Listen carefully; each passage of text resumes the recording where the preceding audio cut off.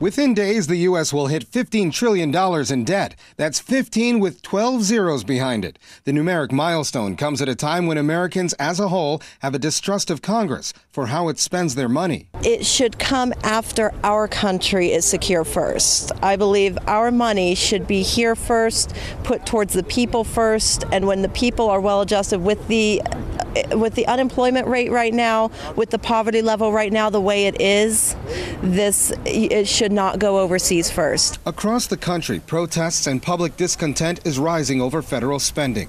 Too much war, not enough for the little guy. Occupy protests that started at Wall Street in New York have spread across the country. They're angry with banks that received federal funds but insist on charging customers extra fees. They're encouraging people to switch over to credit unions. They call it Bank Transfer Day. Take your money out of the institutions if you don't support them and put them with institutions that you do feel good about.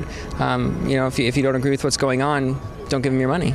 In the Eurozone, President Obama spends time in Cannes, France, for the G20 summit that takes place as Europe is trying to determine a better bailout package for debt-ridden Greece. But while the president is overseas, he has to fight for a re-election battle here at home. Republican rivals are looking for things to criticize the president over. They look at the country's crawling economy and describe it as a result of weak leadership.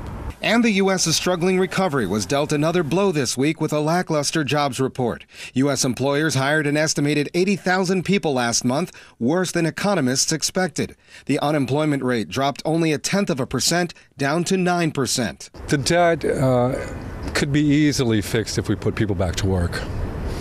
I think that's probably the main focus that the government should be focused on right now. And politics in this country is broken. Congress is still so divided that President Obama is trying to find ways to get the country moving by using executive orders instead of a preferred legislative process. Meanwhile, as lawmakers squabble, the U.S. debt steadily rises with the national poverty rate and the number of dissatisfied Americans. Colin, Campbell, Press TV, Washington.